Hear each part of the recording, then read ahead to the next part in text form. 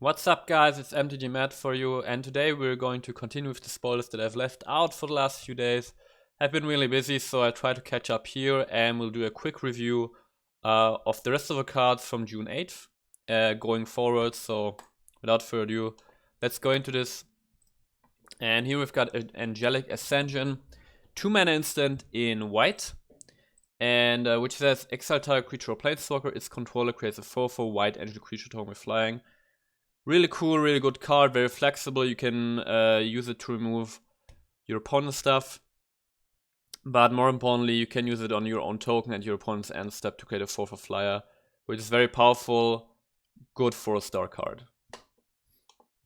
Next up, we've got Lordsail Codal, 3 mana to the snake in simic colors. It's a snake. Whenever you draw a card, you may put a 1/1 counter on Lordscale Codal. Not a good card, it's too slow at a 3 mana 2/2 starting. Maybe good for draft, not for constructed. It's like 2 stars. Then Cultivate Reprint, 3 mana sorcery in green. Search your library for up to 2 basic land cards, reveal those cards and put 1 onto the battlefield tapped and the other into your hand. Then shuffle your library. Excellent card, basically it's 3 mana, draw 2 and then put a land card onto the battlefield. Really excellent ramp, and notably it's a nice curve. So you have Growth Spiler for 2 mana, Cultivate on 3, and then we have our 4 mana ramp spells now these days. So really cool, really powerful. You can make ramp really work. And apparently, which I find a little confusing, there is this art which is awesome, but here it says it's rare and here it says it's uncommon. So I don't know what that's about. And yeah, good little card here. It's like a free 4-star card. Next up we got Archdemon's Vessel, 1 mana 1/1 human cleric in black with lifelink. And when Archdemon's Vessel enters the battlefield, if it entered from your graveyard or you cast it from your graveyard, exile it. If you do, create a 5/5 black demon creature token with flying. An awesome creature. If you put it, for example, in an Orzhov or Rector Sacrifice deck, you can just play it as a plain 1/1 and then, for example, resurrect it with Call of the Death Dweller, where you can get 2 of these out of the graveyard for 3 mana only, which then makes it 2 5/5 demons with flying. And so really good card. Or if you play it in Orzhov, you can do the same, or even use the Sorin Planeswalker to minus him and get these back to the battlefield. Really good, really powerful. I think it's a 3 to 4-star card, honestly. I think it's really good. Next up we got Pursuit Veiled, aka Moby Dick. 7 mana 8/8 whale. And when it enters the battlefield, each opponent creates a 1/1 red pirate creature token with this creature can block. And creatures you control attack each combat if able. And especially opponents cast the target Pursuit Veiled cost 3 more to cast. So the notably interesting effect is that your opponent's creatures have to attack if you cannot remove the 1/1 token. The rest of it is not constructed viable. 7 mana 8/8, although it's hard to remove because your opponent has to put a lot of mana into removing it. It's just not worth it. There's much better stuff you can do at 7 mana. So this is like a 2-star card. Next up we've got Pride Akin. It's a 3 mana 2/1 cat, and when it enters the battlefield you put a 1/1 counter on target creature you control. And each creature you control with a 1/1 counter on has trample. So pretty inefficient card. I don't even think that in Cat Tribal this is viable. And also I think the flavor is really odd. Why would a small little cat give all your creatures trample? And yeah, this is like a 1-2-star card.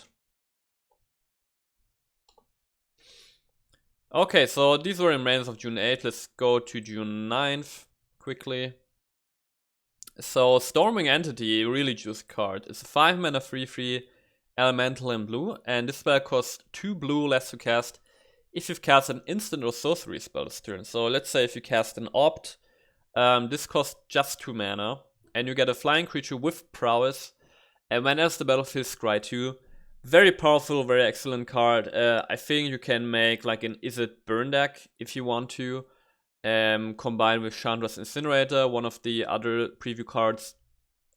And then you can very easily, very reliably get this out onto the battlefield as a 2-mana 3/3 with prowess that also scries you too, so you can make your draw smoother. So very good card. For me, it's like a 4-star card. Next up is Jor-El, Monvuli Recluse. It's a 2-mana 1/2 human druid, legendary creature. And whenever you draw your second card each turn, create a 2/2 green cat creature token. And you pay 4 and double green, so that until end of turn, creatures you control have base power and toughness XX, where X is the number of cards in your hand.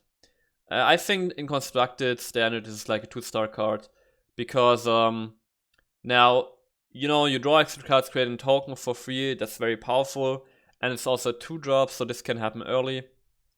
But the only way I think this could maybe work is like a Simic Flash deck, which works, you know, you draw cards on your opponent's turn, but even then, on your opponent's turn you have to draw 2 cards, which isn't that easy.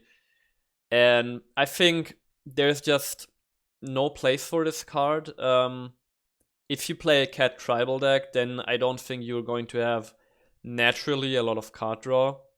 So a lot of weird things going on here, and it just doesn't feel like a green card. Also, for me, this is more like a blue card.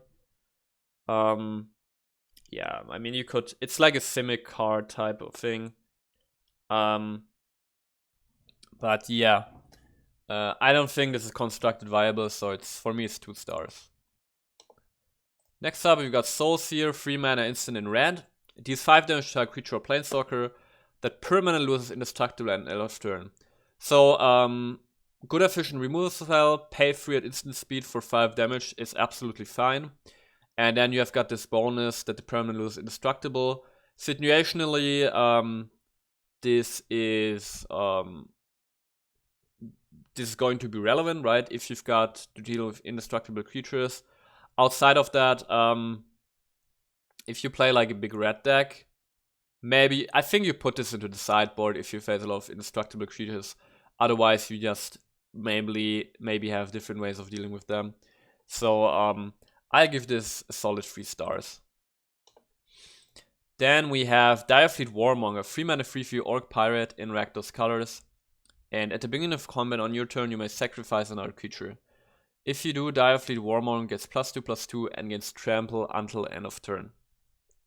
So, for me, this is like a 1-2 star card. You won't play this in Rakdos Sacrifice because there are just so many other better cards competing for the 3-drop slot. And even for draft, I doubt this is great. Maybe if you can build around it, then, you know, the turn after you play it, it's a 3 mana 5/5 with trample. So maybe this viable in draft. In Constructed, for me, it's like a 1-star card. At most, 1-2 star card. Next up, we got Invigorating Surge. 3 mana instant in green. Which says, put a 1/1 counter on target creature you control, then double the number of 1/1 counters on that creature. So, for example, if you play your Yorvo on turn 2 with some ramp, Yorvo got 4 1/1 counters, and then you attack with your Yorvo on turn 3, cast this at instant speed, your Yorvo is becoming a 10/10. So, really crazy things going on here. Maybe this could help you find that win condition with Simic Ascendancy, especially because it's an instant speed, so maybe there's some kind of combo here. Other than that, I think it's more like a combo card. It's not a card that's always good. Although it seems to be that the theme of counters is getting stronger and stronger, also with Discord set, and now we've got the Ozolith, which supports that kind of archetype very well. So, I think there's some potential here, so I would give it between 2 and 3 stars. Next up, we've got Isle of Endurance, 3 mana artifact in white, and when it enters the battlefield, exile all creature cards with converted mana cost 3 or less from your graveyard until Isle of Endurance leaves the battlefield. So you play it, and then everything CMC 3 or less in your graveyard gets exiled. But when it leaves the battlefield, they get back to your graveyard, right? And then you can pay 2 mana, tap it, so that until end of turn you may cast a creature spell from among the cards exiled with Isle of Endurance without paying its mana cost. So this is a resource card for white, presumably aggressive white cards, white decks, so that first of all, because they have low CMC creatures generally, and they obviously struggle with resources once like the mid game hits. So if a lot of creatures were put in your graveyard, let's say at least 4 to 5, I think this is pretty cool. That being said, I think the problem with this card is if you are in an aggressive deck and you're in a situation where you have a lot of creature cards in your graveyard, you're probably already are in a lot of trouble, and I don't know if the idol here is gonna make the cut. But the free CMC is nice. It's a lot of good creatures, so you could even revive your Heliod, right? So and the cool thing is you can do it at instant speed, so you can do it on your opponent's end stats so that your creatures basically have haste in a way. So I think you maybe put 2 of these into a deck to have some resource generation, but at the end of the day I think it's like a 3-star card. Nothing more. Next up we got a Volcanic Sailboat. 12 mana sorcery in green. And this spell costs X less to cast, where X is the total power of creatures you control. So we know this mechanic from Galta Primal Hunger.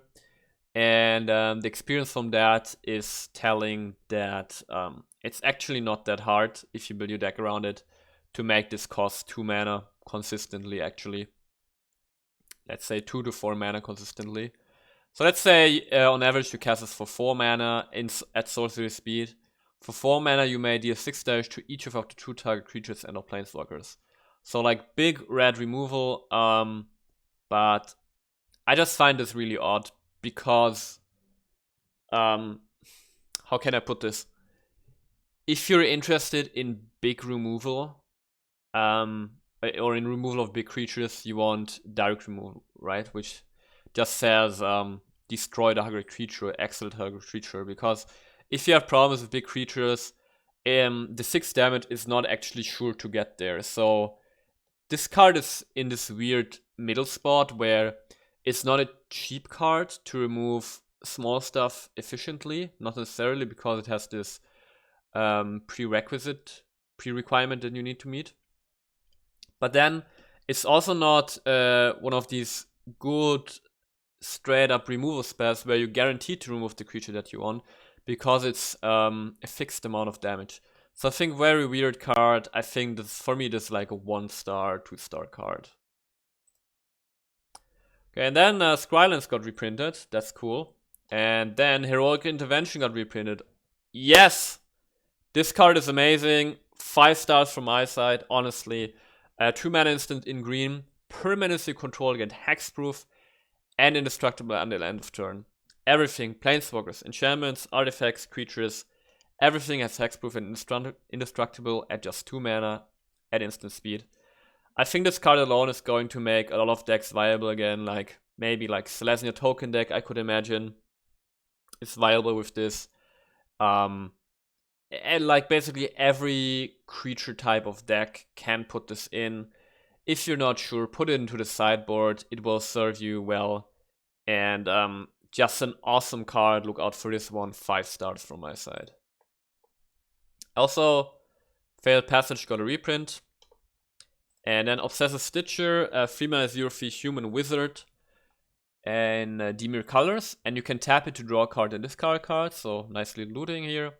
And then you can pay 4 mana, tap it, and sacrifice it, and return target creature card from your graveyard to the battlefield. So straight up, this card for me is like a 1-star card.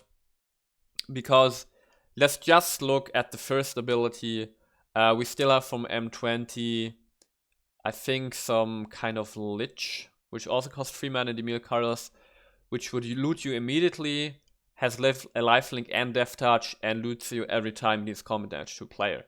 So this card already competes with that at the same mana cost, and I think the other card is way better already. And then even considering the reanimate effect, so you play this for 3 mana, and then if you already have the creature card in your graveyard that you want to revive, You can pay 4 mana again the next turn, so you paid a total of 7 mana. But at 4 mana, we have reanimate effects. We have where you also have to sacrifice a creature. We have just straight up reanimate effects at 5 mana. So super inefficient card. I think it's total garbage. It's 1 star from my side. Next up, we have Grasp of Darkness. 2 mana instant in black. Target creature gets -4/-4 until end of turn. So it's like a double the Sigger. Very good in draft, I think. Besides that, you can put it into a sideboard if you have to deal with a lot of indestructible stuff. And yeah, that's like a cool, solid, efficient card. I would give this 3 stars for that purpose. Next up is an interesting one. It's Alpine Houndmaster. 2 mana 2/2 Human Warrior in Boros colors. And when it enters the battlefield, you may search your library for a card named Alpine Watchdog and or a card named Igneous Cur. Reveal them, put them into your hand, then shuffle your library. So let's take a look at those cards quickly. So they're here. So this enters the battlefield. And then you can look for this cute Alpine Watchdog here, which is a 2 mana 2/2 dog with vigilance in white. And for the Igneous Cur, which is a 2 mana 1/2 elemental dog with pay 2, Igneous Cur gets +2/+0 until end of turn. I think this card is actually quite viable if Dog Tribal is going to become a thing, because it's just 2 mana, get a tutor on the board, draw 2 cards, and specifically draw 2 creature cards, so it gives you more fuel for your deck. I suppose that Dog Tribal is going to be pretty aggressive. So I think this is a great card, actually. Just 2 mana, get a 2/2, draw 2. It's cool. And the creatures, while they're not amazing, it's not like they're total garbage or anything. 2 mana 2/2 with vigilance is just fine. And the other one can pump itself if you got mana lying around. So I think that's a great card, actually, for this specific deck. So I would give the Alpine Houndmaster 3 stars. And also got another effect. Whenever it attacks, it gets +X/+R until end of turn, where X is the number of other attacking creatures. So then when it attacks, let's say if you get this out on turn 2, maybe if this attacks on turn 3, it could be like a 4/2 creature with other 2 creatures attacking. So pretty cool. I like it. For me, this is a 3-star card. Alright. Next I've got Meteorite, 5 mana artifact. When it enters the battlefield, it deals 2 damage to any target. And you can tap it to add 1 mana of any color. 1-star card in constructed. Nobody is going to play this.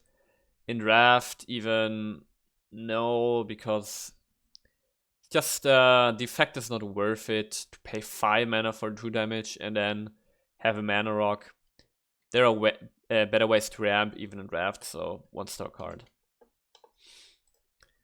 Next up, Traitorous Greed, also interesting card. 4 mana sorcery in red. Gain control of target creature until end of turn. Untap that creature. It gains haste until end of turn. Add 2 mana of any one color. So, in theory, this is like an act of treason. For 2 mana, if you've got 4 mana lying around. But I think there's way more to this card, because the card itself adds 2 mana to your mana pool. If you can copy this card with, say, 1,000-Year Storms, and you have a creature, you yourself have a creature which has a tapping ability, which maybe generates mana, for example, you could use this as a combo card to, you copy this a bunch of times, and then you untap your own creature, you tap it in between resolves to give you the effect that you want. And then you get 2 mana every time, right? So I think very intriguing card here. 4 mana is also a good breakpoint, I would say. For that, it's just, I think it just has combo potential, nothing more. But so for me, it's like a 2 to 3-star card, but I think there's a lot of combo potential here. Okay, these are the remainders of June 9th. We're catching up. And let's start June 10th with, honestly, one of my favorite cards now from the Core Set 2021. It's Garruk's Uprising, and listen carefully to this card. It's a 3-mana enchantment in green. When it enters the battlefield, if you control a creature with power 4 or greater, draw a card. Okay. Creatures you control have trample. And whenever a creature with power 4 or greater enters the battlefield under your control, draw a card. I absolutely love this enchantment. I think this enchantment alone is going to single-handedly make big stompy green decks viable, because it gives you everything that you want. First, in green, stompy, you want to play big power creatures anyway, right? You're going to do that. So oftentimes when this comes down, it's first of all, it's 3 mana, draw a card. It's just a nice upside, okay? And then just having creatures you have control have trample on an enchantment, which is harder to remove than creatures, is excellent, because that's what you want in green. There are a lot of very good green creatures which unfortunately don't have trample. So that's always the problem, actually connecting to your opponent's face. If you don't have trample, all your opponent needs is just small 1/1 creatures to block with. This gives all your creatures trample. And then it's got the Kiora passive effect. When a creature with power 4 or greater enters the battlefield under your control, you draw a card. Absolutely excellent. It goes everything that you want in green stompy, or maybe even like Gruul stompy. It gives all your creatures trample, and it gives you card draw. It's perfect. I love this enchantment. I think it's like a 4-star card for me, 3 to 4-star card. I really like it. Next up, we got Warden of the Woods, 6 mana 5/7 treefolk with Vigilance. And whenever it becomes a target of a spell or ability an opponent controls, you may draw 2 cards. So I think this is a 2 to 3-star card. You just have better options at 6 mana. But if you're a budget player, I think this is a pretty cool big green creature, because it comes with the downside for your opponent that you draw 2 cards if your opponent tries to remove this. And then it's just a 5/7 with Vigilance, you know. Big, beefy, pretty cool. So, you know, for draft, it's also pretty cool. It's like a 2-star card. Next, we have a Light of Promise, which is like a snowbally card. It's a 3 mana aura enchantment. You enchant a creature, and the creature has, whenever you gain life, put that many 1/1 counters on this creature. So it can be very snowbally if you put this on a creature with lifelink. You put this on your Heal's Hawk, for example. The first time your Heal's Hawk deals damage alone, right? You gain 1 life, put 1/1 counter on the Heal's Hawk. Next turn, it deals 2 damage. You put 2 1/1 counters. Then the turn after, you deal 4 damage. 4. You get the idea, right? And I think there's maybe some potential here. Maybe in also like Ozolith kind of decks, and we see that this life gain theme could be pretty powerful with the legendary vampire that's coming around, which deals damage to your opponent for the amount of life you've gained in 1 turn. So for that period, I would give this between 2 to 3-star cards. It's very deck specific, but I think the effect can be pretty powerful. Next up, we've got Riddle Form, 2 mana enchantment blue. Whenever you cast a non-creature spell, you may have Riddle Form become a 3/3 swings creature with flying, in addition to its other types until end of turn. And then you can pay 3 mana to scry 1. 2 mana 3 for flyer, very efficient. Also is protecting against sorcery speed board wipes. But I don't know in what kind of deck we would put this. Yeah, honestly, I have no idea. My gut is telling me this is like a 2 to 3-star card. Good thing is the requirement is pretty wide. Non-creature spell can be a lot of things, right? Which is pretty good. But yeah, not sure here. Maybe there's some potential. The activate ability is negligible, and I'll give this 2 stars. Next up, we've got Lofty Denial, 2 mana instant blue. Counter target spell unless its control pays 1. If you control a creature flying, counter the spell unless its controller pays 4 instead. I think that's a cool sideboard card in Azorius Flyers, maybe. and occasionally in a mono blue tempo deck where you have your what's it called, the ghost pirate sailor guy, maybe then, because then it's a very efficient counter spell. I think nice sideboard counter spell, so I give it 3 stars. Next up, it's also an interesting one. I think this is a cool fit in elemental decks. It's a 4 mana 4/3 elemental druid, Leafkin Avenger, so it's Leafkin Druid, just very angry.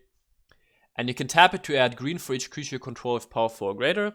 So just it by itself on the battlefield gives you 1 green mana. If you got other big creatures, it gives you more mana, which is cool. And then you can pay 8 mana, also without tapping, notably, to have Leafkin Avenger deal damage equal to its power to target player or planeswalker. And I think this is a very cool addition to elemental decks, because elemental decks have Omnath, and Omnath can pump all your elementals with 1/1 counters. So it can make this one really huge, or make your other creatures have 4 powers so that this taps for more mana. And elemental decks oftentimes have so much value and also so much mana that I think the activated ability, the second one, is not that hard to pay for, the 8 mana, and then can just really finish off your opponent. Pay 8 mana. If you've pumped this enough, this could easily deal 6 damage or more. So I really like it for elemental decks, so I give it 3 stars. Okay, next up we got Conspicuous Snoop. 2 mana 2/2 Goblin Rogue. And which says play with the top card of your library revealed. You may cast goblin spells from top of your library.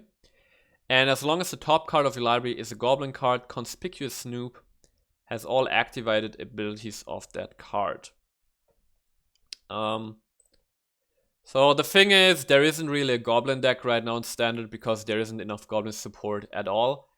Maybe this changes with the rest of the spoilers because we're just halfway through. So maybe some more goblin support is coming, or more goblin support is coming in future sets.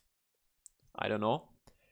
And then if that's the case, this is an excellent card for goblin decks. Gives you resources. You can play cards from top of your library, which is like drawing cards, right? And then the passive ability is also really interesting if there's the right goblin around. So notably, it only has the activated abilities, so no passive abilities. But just for the time being, this is basically a 1-star card because as it stands, this is only a 2 mana 2/2, and which doesn't do anything because we don't have enough goblin support. But with future sets coming, this could become very powerful in goblin tribal decks. So for the time being, it's honestly a 1-star card, but we'll see. Maybe there is going to be more support in the set. Next we got Drowsin Pteranodon, 2 mana 3/3 dinosaur with defender, and it can attack if you control a creature with power 4 or greater. It's maybe good for draft, efficient creature. For constructed, not so much. For construct, it's like a 1-star card. Next up, we've got Burlfist Oak, 4 mana 2/3 tree folk, and whenever you draw a card, Burlfist Oak is +2/+2 until end of turn.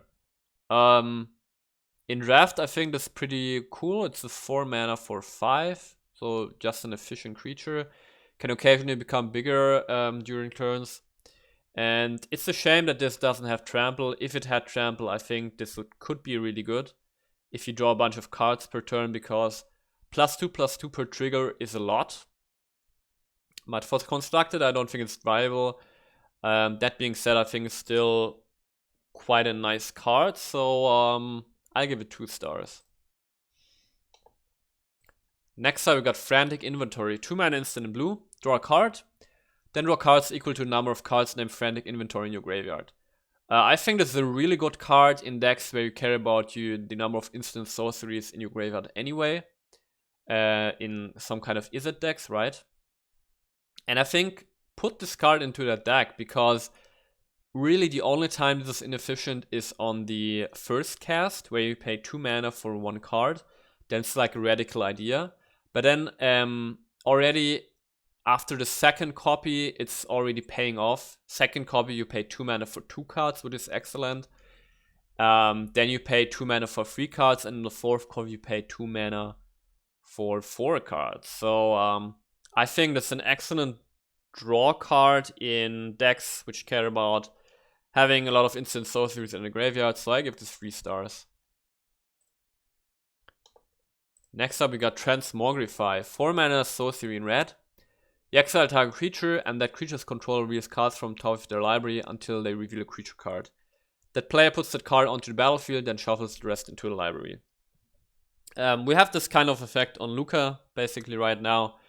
I like it, though, that this effect is now on a sorcery, and is 1 mana cheaper than Luca. And you can use it to build your deck around it. Maybe just have tokens and just 2 creatures you really care about. Namely, very powerful and high mana cost creatures. Maybe like a Dracozev, for example. And then you could use this to cheat out your creatures, right? So, yeah, I like it. Maybe you could use this with... what's it called? There's the cycling card from Ikoria where when you cycle it 4 times, you can put the creature onto the battlefield, and it's an 8/8 with trample and haste. Maybe this is good with this one, and yeah, I give it like 3 stars. Next up, Goblin Arsonist. Here is a goblin. When Goblin Arsonist dies, you may have it deal 1 damage to any target. This effect never gets old. It's always viable in sacrifice decks. So 3 stars. Nothing more to say about that. Okay. Now next up, we've got Heartfire Immolator. 2 mana 2/2 human wizard with prowess. And you can pay a red and sacrifice it to have it deal damage equal to its power to target creature or planeswalker. I think the reason you want to play this card is that it's a 2 mana 2/2 with prowess. That's really it. I think the activated ability is nice to occasionally remove an annoying planeswalker or creature, but it's not really the reason you play this card. So prowess is pretty powerful, so I'll still give this 3 stars. Then next up, we've got a Hellkite Punisher, which is like Shivan Dragon's big brother. It's 7 mana 60 with flying, a dragon, and you can pay a red so that it gets +1/+0 until end of turn. Yeah, awesome card in draft. I think it's a bomb, especially at uncommon. But apart from that, it's really not constructed viable, so it's like a 2-star card. Next up, oh boy, Mythic Rare, Fiery Emancipation, 6 mana enchantment. If the source in control would deal damage to a permanent player, it deals triple that damage to the permanent player instead. Triple, not double, it's triple. This is really crazy, and I think this is not a meme card, not at all. I think big red decks with a lot of Chandras are really viable with this card. You maybe put like 2 to 3 copies of this into your deck. And it's also just got a perfect mana cost. I think playing a 6 mana enchantment, which has an immediate impact on the board, is very reasonable, and it's not unrealistic to get to this effect. And then triple that damage. I mean, just a Chandra emblem for your opponent deals 3 damage to his face every turn with this enchantment on the board. All your creatures deal triple damage. You burn spells. I want to be cautious, but I think this is a 5-star card. Honestly, it just maybe I don't know. You could just even put this into like a red aggro deck. Although 6 mana is pretty hard to cast. It's just so powerful. And the big thing is, it just says if a source. It doesn't specify color, so it's any source. You don't even have to use red creatures or spells with this. And I think this is a 5-star card. Next up, draft card, Garrick Scorehorn. Nothing special here. Can just skip this. Then we got the 2 dogs we already talked about. Furious Rise is a reprint, which I think got significantly worse now that Garrick's Uprising is going to be in standard. because this power 4 or greater theme, you have it basically in red and green. And I think if you play this theme, you always have green in it. You might not have red in it, but you always have green in it. And because you always have green in it, and Garruk's Uprising has the exact same mana cost in green, Garruk's Uprising is just so much better than this one. So this just got downgraded hard and it's like a 2-star card. Sorry, Furious Rise. Varus Steed, 5 mana, 3/3 unicorn with vigilance, and when enters the battlefield, create a 2/2 white knight creature token with vigilance. Cool draft card. 5 mana, 5 in stats on 2 bodies with vigilance is great. In constructed, not so much. So in constructed, it's like a 1-star card, 1 2-star card. Next up, we got Rambunctious Mutt. 5 mana, 3/4 dog, and when it enters the battlefield, destroy target artifact or enchantment opponent controls. I think if Dog Trial becomes a thing, this card is actually viable. 5 mana is a lot, but it comes on a body and you can destroy artifacts and enchantments. So maybe this is like a sideboard card in Dog Tribal decks. So I think that's why it can be pretty good actually. And because of that, I give it 2 to 3 stars. I think this card is viable if Dog Tribal is viable.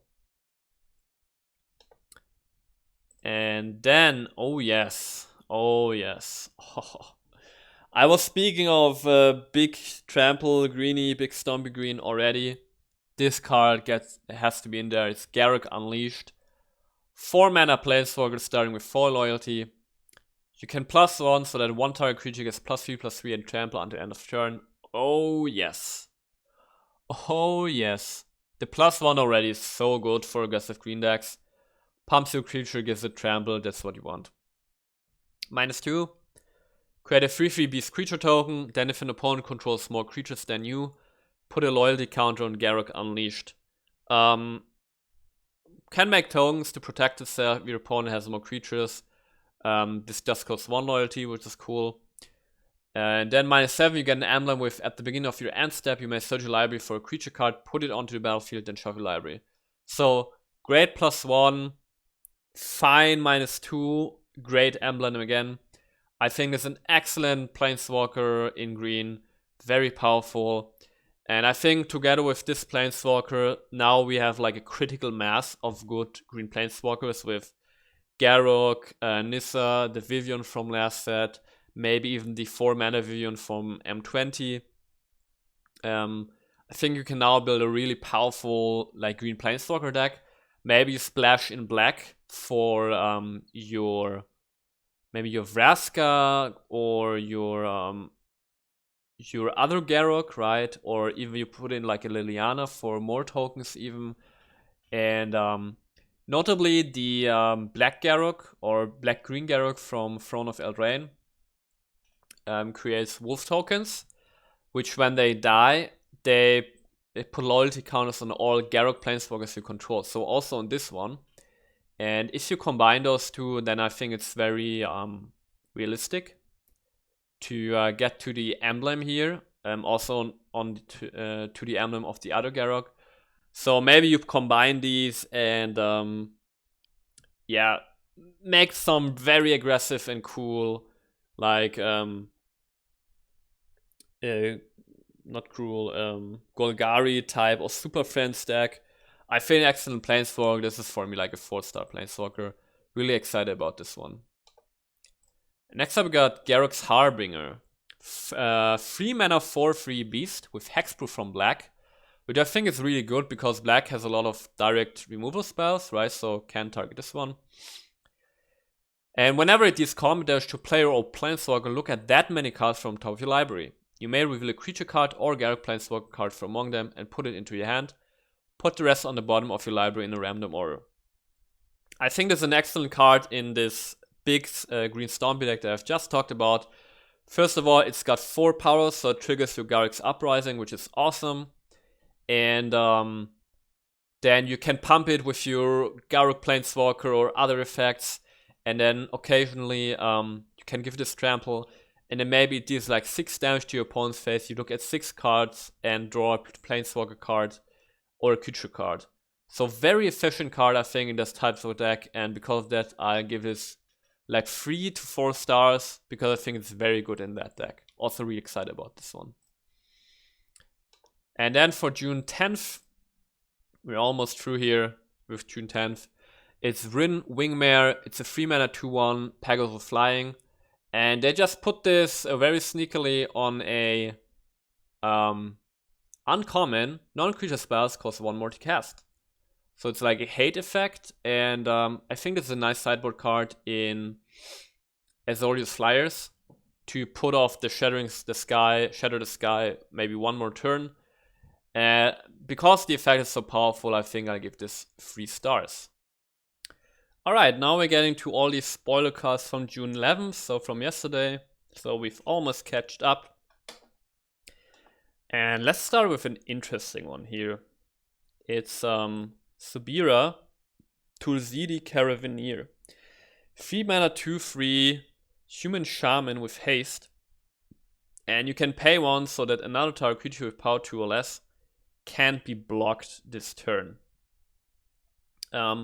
So already for a red aggressive deck, it's got haste, which is good, right? It can attack right away. So you have this immediate impact, which is great. And then you can pay 1 to make your other small red aggro dudes unblockable, which is very, very reasonable mana cost. You already pay that with your what's that guy? Goblin. There's this Goblin where you pay 1 and it can't be blocked. Or you have your Gingerbread artifact guy, which can only be blocked by creatures with haste. So cool effect. And then you can pay 2 and tap it and discard your hand. Wow. Until end of turn, whenever a creature you control with power 2 or less deals combat damage to a player, draw a card. So if you play this in red aggressive decks, you empty out your hand fast, and then you can, when your hand is almost empty, right, you can pay 2, tap her, maybe discard 1 card, and then with your leftover mana, you make all your other creatures unblockable, and then basically all your 1/1s just go to your opponent's face, can block, so you deal a lot of damage. And then you redraw like 3 to 4 cards. So I think in red aggressive decks this is pretty cool. I really like it. And I'll give this 4 stars actually. When I first saw this card I was very skeptical. But now that I think about it, I think it's really powerful. So 4 stars from my side. And so many new cool cards. I love it. Next up is interesting one. Spore Silk Weaver, 3-mana 1/4 spider in green with reach and hexproof from blue. So hexproof from blue already, and with reach, this is really nice against like Azorius Flyer decks or like mono blue tempo decks even. Very nice against those. And whenever the Spore Silk Weaver is dealt damage, gain 1 life and create a 1/1 green sapling creature token. So really, like a lot of very different effects put onto 1 card. And I think at most this is a sideboard card, mostly because of hexproof from blue and reach. So that you can block some of the flyers and then you gain 1 life and create sapling creature tokens. The tokens are nice, although they don't have reach themselves. It's just a weird effect on a card. I think this is like a sideboard card against flying decks or against like blue decks. So this is for me like a 2-star card. Next up we got a common. It's a 3-mana 2/3 human cleric celestial executioner. And you can pay 2 mana and tap it and tap target creature. Activate this ability only if you control a creature flying. Okay, absolute garbage, not even for draft, very viable, so it's like a 1-star card. Then we've got another common, Sabretooth Mauler. It's a 4-mana 3/3 cat, and at the beginning of your end step, if a creature died this turn, put a 1/1 counter on Sabretooth Mauler and untap it. I think the effect is way too minor, and a creature must die, which I think is a hard condition to meet, actually. The untap part is interesting, but then again, mainly has just vigilance, so it's, for me, it's a 1-star card. Next up, we got Thieves Guild Enforcer. It's a 1-mana 1/1 human rogue with flash.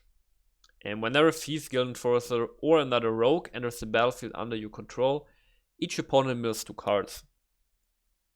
And as long as an opponent has 8 or more cards in their graveyard, Thieves Guild Enforcer gets +2/+1, has Death Touch. So can be a very efficient creature as a 1-mana 3/2 with Death Touch. And it's got flash, which is nice, so it's maybe this can go into Dimir Flash just because of that.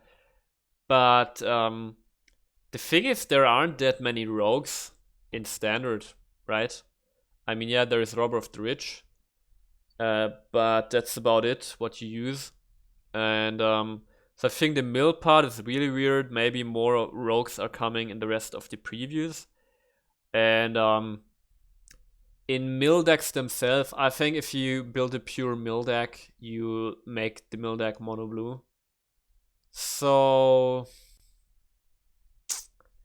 I don't think so. I think there's like a 2-star card. I just don't see where you would put this card. What kind of deck? I still give this 2 stars because the 1-mana 1/1 flash and potential upside. But I don't think so. Next up, a really cute little card here, Truffle Snout. 3-mana 2/2 Boar, and when it enters the battlefield, choose 1. Put a 1/1 counter on Truffle Snout, or you gain it for life. Really good card in draft, I think. It's just a solid card in draft. It can be a 3-mana 3/3, or if you need it, gain you for life. Constructed, it's garbage, so for Constructed, it's like a 1-star card. Next I've got Wildwood Scourge. It's a Hydra, and you pay X and a green for a 0/0, and when Wildwood Scourge enters the battlefield, Wildwood Scourge enters the battlefield with X 1/1 counters, so can be as big as you want it to be.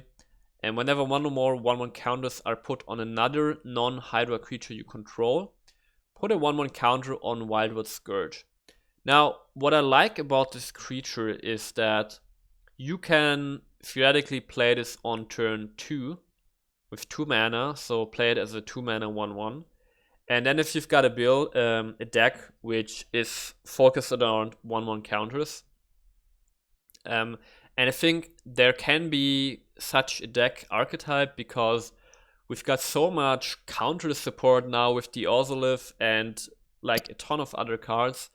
If you have such a deck, you can play this on turn 2, and then it can, I think, grow very, very quickly. So maybe this could be like play this on turn 2, on turn 3 or 4, this could already be like a 5/5, maybe.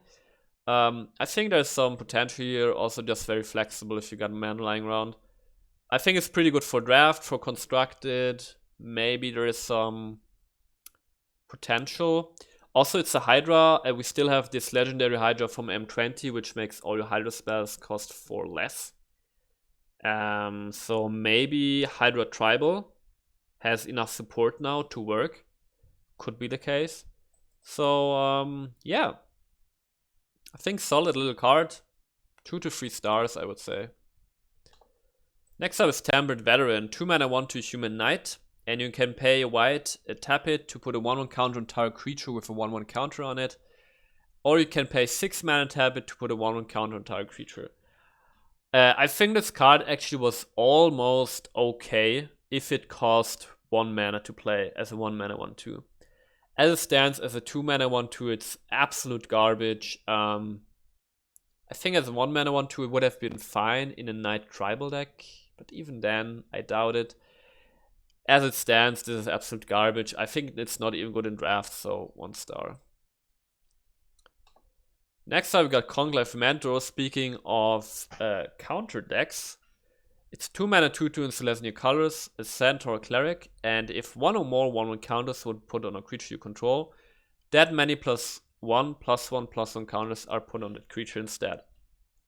So You can make a Selesnya deck, make a white board, have your Ejani from War of the Spark, give all your creatures 1/1 counters with this guy, 2 1/1 counters each, very powerful.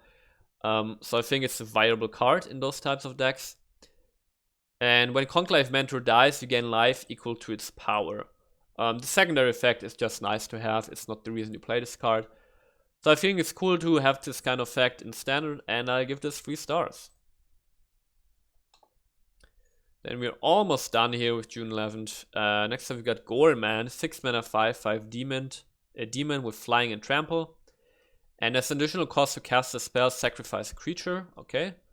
And when Gorman enters the battlefield, each opponent sacrifices a creature. So I think this is really good in draft, because you can sacrifice a small creature, get a 5/5 flying trampler for 6 mana, and then your opponent has to sacrifice a creature. In Constructed, it's not viable because 6 mana you can do way better stuff. And yeah, so in Constructed it's like a 2-star card, nothing more. Next up, ooh yeah, Cat Tribal, Selene Sovereign, 3 mana 2/3 cat in green. Other cats you control get +1/+1 and have protection from dogs. Now that's some flavor right here. That's some ultimate flavor here. Protection from dogs.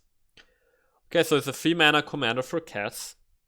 And whenever one or more cats you control deal combat damage to a player, destroy up to 1 target artifact or enchantment the player controls. So, very powerful passive effect, really powerful. The +1/+1 is nice, and believe it or not, I've tried to build a cat tribal deck with Ikoria, because Ikoria got quite some interesting cats, and maybe this is the cat that gives just this, you know, gives this cat tribal thing just enough oomph to make it at least feel powerful, not necessarily competitively viable, but this card I think is very powerful. Protection from dogs, if there's a dog tribal deck, sure. But just the passive effect and the 1/1 +1/+1 is really good. Destroying target artifact or enchantment can really set your opponent back. So I think so. If we just look at a cat tribal deck, and if there's such a viable tribal deck, this is like 4-star card. Just in a vacuum, it's a 3-star card because we don't know yet how good those decks are going to be. So I give this 3 stars with a potential 4 stars. Next up is Miscast, 1 mana instant blue. Counter target instant or sorcery spell unless its controller pays 3. So really good card. I think it's like it's a little bit like Spell Pierce, although Spell Pierce countered all non-creature spells. I think it's an excellent sideboard card if you play against a controller type of deck, which plays instant or sorceries, although they tend to actually play more like planeswalkers and stuff. So could be a sideboard card against instant sorcery spell heavy decks, and then it's a 3-star card. And the next one is Enthralling Hold. 5 mana enchantment aura, you enchant a creature, and you can't choose an untapped creature as a spell's target as you cast it.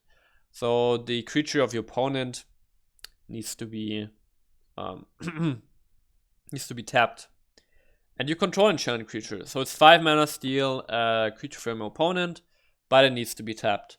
The tapped thing is kind of a downside, but still 5 mana control a creature is pretty okay. I don't know if it's going to see a lot of play, but I don't know. Maybe it's like a 2-3-star card. I don't think it's going to see a lot of play, but the cost is fine. But the fact that the opponent's creature needs to be tapped is actually a bit rough. So it's more of a 2-star card. And then last 4 cards for today. Actually some really cool last 4 cards. First up we got Lilianas Steward. 1 mana 1/2 zombie, and you can tap it, sacrifice it to have target opponent discard a card, activate this ability only anytime you could cast sorcery. So the new 4 mana Liliana Planeswalker, I think, is going to enable a discard deck, because she makes your opponent discard cards and already has win condition on her, where I have some discarding support with Davriel, Davriel Shadow Mage, the Planeswalker. And in that kind of deck, this is a nice 1-drop, right? Have a 1 mana 1/2. It's a zombie, which is always a nice tribe, which gets some support, as we're going to see in a second. So I think it's like a 3-star card. It's pretty efficient. I like it. And even maybe in like a Rakdos sacrifice deck or also sacrifice deck, it's just a 1-drop that can sacrifice itself. It just doesn't need another sacrifice outlet.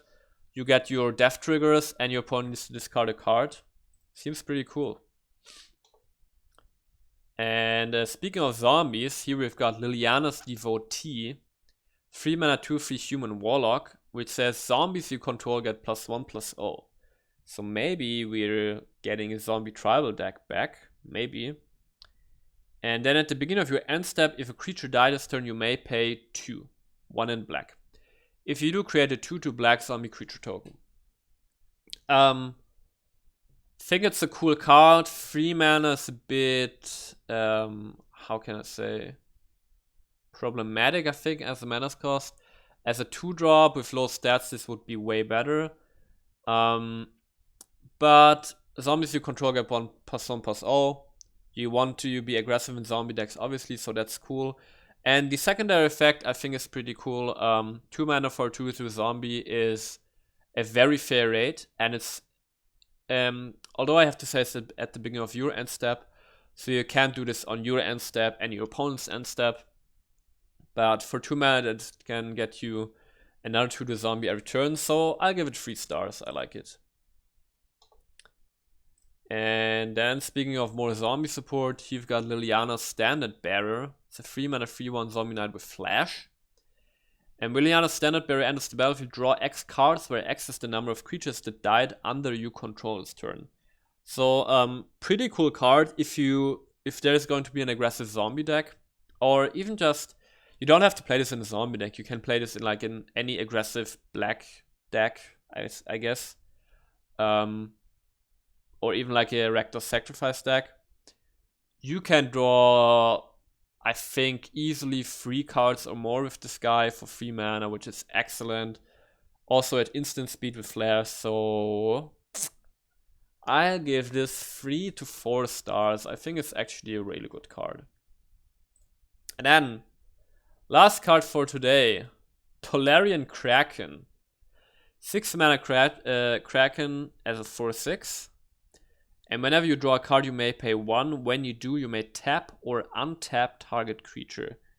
So 6 mana is a lot, but the effect is very interesting, because you not only can you tap creatures, you can also untap target creatures. So I think there is some kind of combo potential here. You tell me how. Do you need some way to make a lot of mana and draw a lot of cards? And if you do, you can tap or untap the same creature over and over again to use the activated ability of that kind of creature. So maybe this is like a combo card. You can tell me what you think a nice combo could be. And so I give it 2 stars, but I think there's some combo potential. And then wraps up all the previews until June 11th. Stay tuned for more spoilers. I try to keep you guys updated, and I see you guys on the next one.